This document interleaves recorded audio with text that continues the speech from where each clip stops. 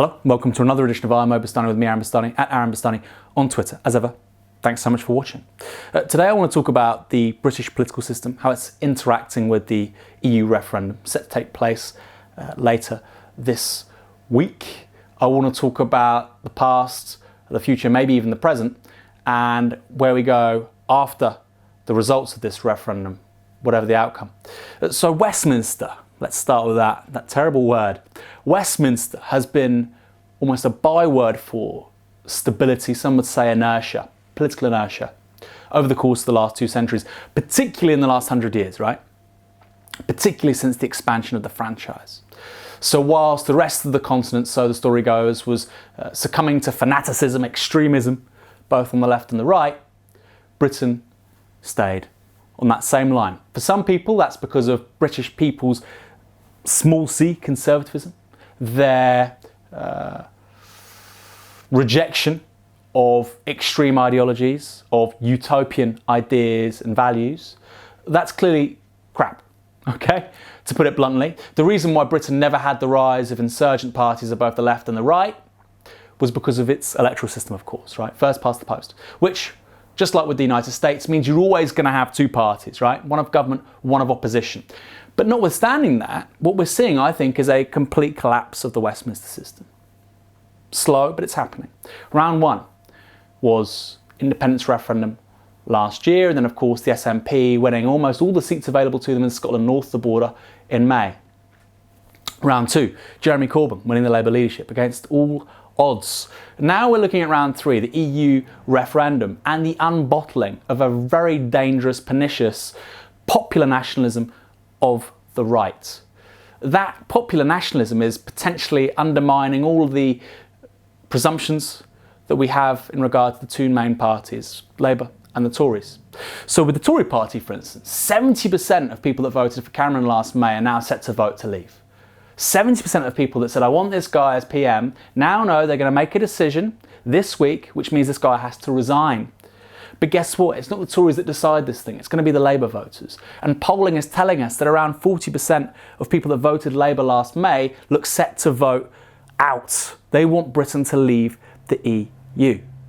So what does that split look like? I'd say it's now becoming 2 groups, which aren't necessarily distinct from one another, but increasingly visible in terms of their difference. The first is what I would call, wait for it, cosmopolitan metropolitans. Now, what does that mean? It's people that tend to be in larger urban areas. They tend to have very liberal values. They tend to be quite comfortable with globalization. They have no problems with migration, okay? They're very progressive on LGBTQ rights. They are social and economic progressives, okay? Sorry to use that word, but I think it captures a lot here. On the other hand, they tend to be brown and black, more likely to be brown and black, by the way, as well.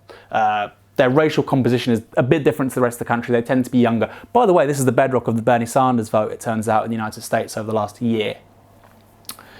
The second part of that base is what you would call the old heartland base.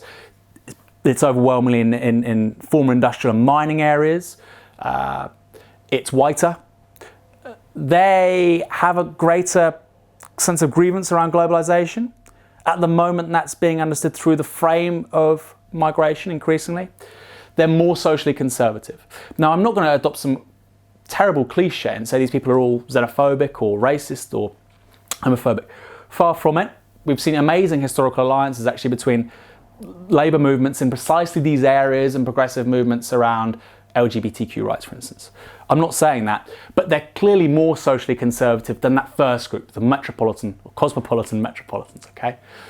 They're more socially conservative. And there are some really big areas where actually you can see huge differences between these 2 groups. What I think we've seen over the last month or 2 is the emergence, however, of a really powerful red UKIP narrative around Europe. So when Ian Duncan Smith, when Nigel Farage, when Michael Gove sit down on those sofas on the Marsh or next to Rock Peston, or even on a fucking flotilla, okay, they're not saying that we want out of the EU because we want to have a more competitive labour market, or because we want to scrap workers' rights to get more foreign direct investment, or because we want higher profitability for the 1%. They're not saying that, although that's why they're in politics. That's why Farage has wanted this for 20 years.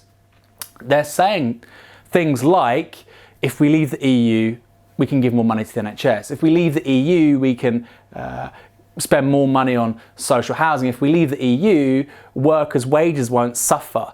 So you've seen almost a de facto red UKIP narrative coming out of these people because they know it's politically necessary to win those Labour voters they have to win if they want Britain to get out of the EU.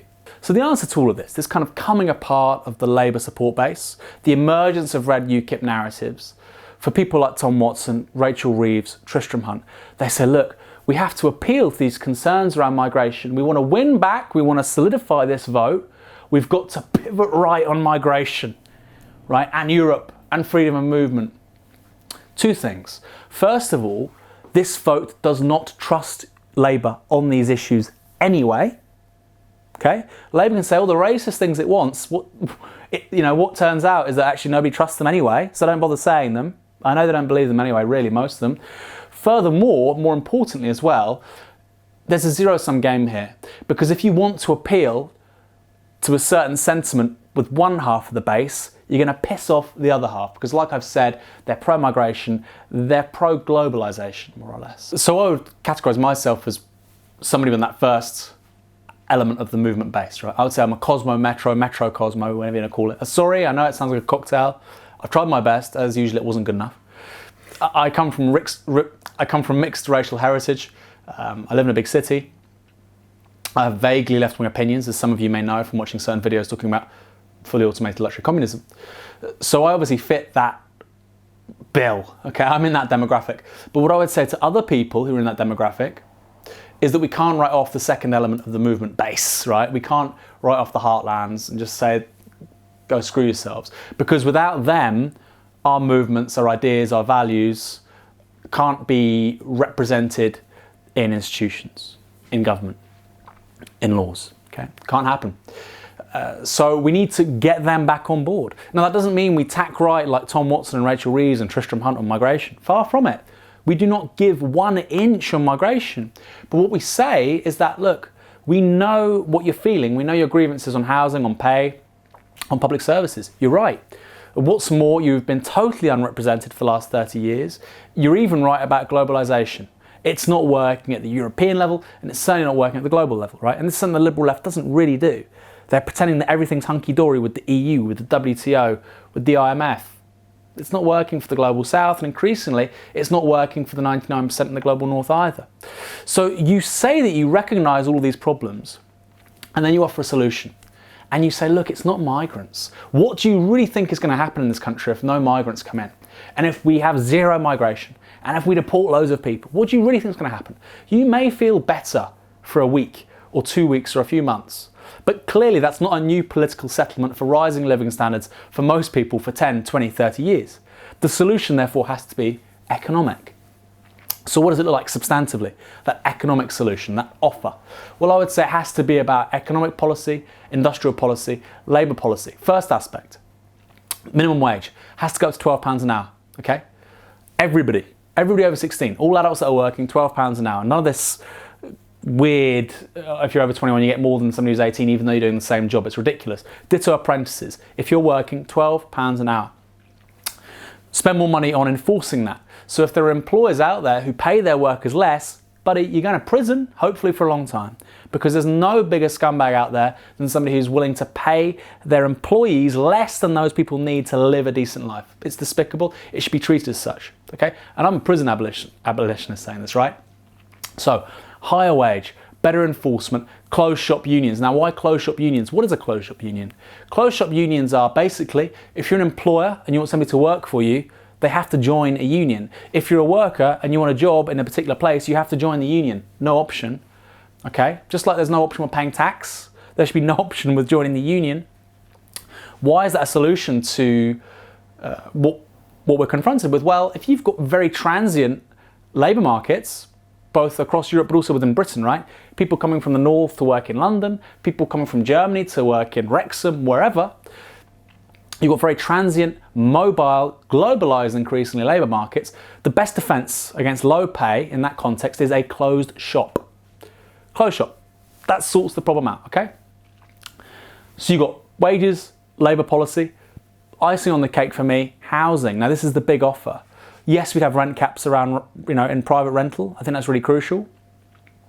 But in addition to that, I think that we need to talk about council housing. And Labour needs to probably say at the next general election, we will give you a guarantee of a council house or flat within 12 months by the end of our first term, so by 2025. Massive. They have to go big or go home when it comes to housing, right? And I know some of you watching this will be saying, Aaron, typical ultra-leftist, undeliverable, not doable, you're lying to people, you're giving people hopium. Well, Europe was really screwed in the 1930s. And if you said to Brits and French and Swedes and Spaniards, well, not so much Spaniards because of Franco, if you said to most Europeans in the 1930s, in 30 years' time, we'll have virtually zero unemployment, we'll have wage policies, we'll have rising living standards, rising real pay, many people, most people in Britain, everybody, will have access to healthcare, further education, higher education. That also would have sounded outlandish, okay? But to deal with this historic issue, globalised labour markets, and some of the concerns people have around declining living standards as a result of neoliberalism, you'd have to do something similar. You'd have to do something similar, okay? And I think I've outlined what some of those things look like. Now, if Labour doesn't do this, if the left doesn't do this, if unions don't appeal to something that big, then I think the base upon which any success they've ever historically had will go, okay? So it's an existential crisis if they don't go this big. So what do you think? You know what I think? We need to keep this coalition together at all costs, but the solution is not attacking migrants and becoming xenophobic. Far from it. We need to understand the failings and limits of globalisation, but offer an economic response, not a racist one. Why don't you put those thoughts down on the hashtag? Hashtag I am Bastani, or reach out to me at Aaron Bastani or Novara Media, at Novara Media.